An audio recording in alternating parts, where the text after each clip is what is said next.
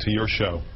If you don't understand that the bank's incentive is to lend as much money as possible without any repercussions, because the only way they make money is with lots of lending or gambling, effectively, and everybody else's incentive is to try not to get screwed, and yet the Congress is feeding the money to those who have a directly adverse incentive. They make money by screwing over pensioners and borrowers, and our Congress is making that more possible, not less possible. How did we find ourselves in this situation? Well, I think the fundamental problem is campaign finance reform. I'm not trying to change the subject here, but I do want to point out that we wouldn't have this problem except for the fact that lobbyists hand out $5,000 checks. Bill, explain in the simplest sense why it is Alan Greenspan is so directly responsible for creating this con.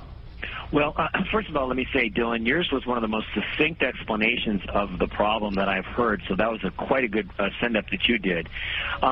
Because Greenspan is ultimately responsible because he was the one who put rates at a level that was too low and then refused in the face of all evidence to do anything to try to retard the potential for an asset bubble. He was in denial about the equity bubble and then turned around and created the the credit/housing bubble, and to this day refuses to accept any responsibility for it. When prices are held at an artificially too low of level, by putting too much money in the system, that money seeks its way out into other places, and and it will end up creating a bubble.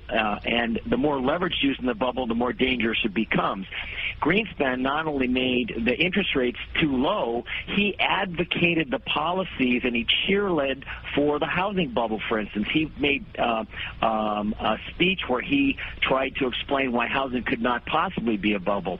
So it was not just his conduct of monetary policy, it was the speeches he made, and he was held in such high regard, other people adopted his behavior and his philosophies. Congressman Grayson, you mentioned campaign finance reform and the need to get the lobbyists out because the bank lobbyists, $344 million, a cut of the action on the con goes to Congress.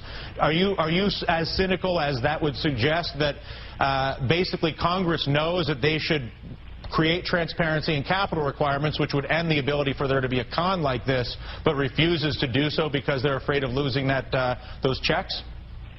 I think it's worse than that, actually. We lived through an economic disaster, and now we're slowly recovering from it. We lost 20% of our national wealth in 18 months, the last 18 months of the Bush administration, and housing topped out 3.5 years ago, not just in Florida, but around the country. And nobody has been held responsible, not Alan Greenspan, not anybody else. In Japan, they have a way different solution to these kinds of problems. It's called Harry-Carry. I think what confuses people at this point, Congressman, and having been talking about this incessantly for a few years now, most people, if you look at the polling, understand at least enough of this to know that Congress works for the banks, not for the American people, and yet Congress still seems phenomenally willing to drag its feet in addressing this. Harry-Carry may be interesting or nice. We're probably not going to see it. We live in a democracy where we're told we elect people who look out for our interests, and yet the same people are creating laws that allow this group to con the American people out of the largest transfer of wealth in the history of the world with no consequences. Are you suggesting special interests have so much control that our government literally is willing to facilitate that level of wealth transfer with no consequences?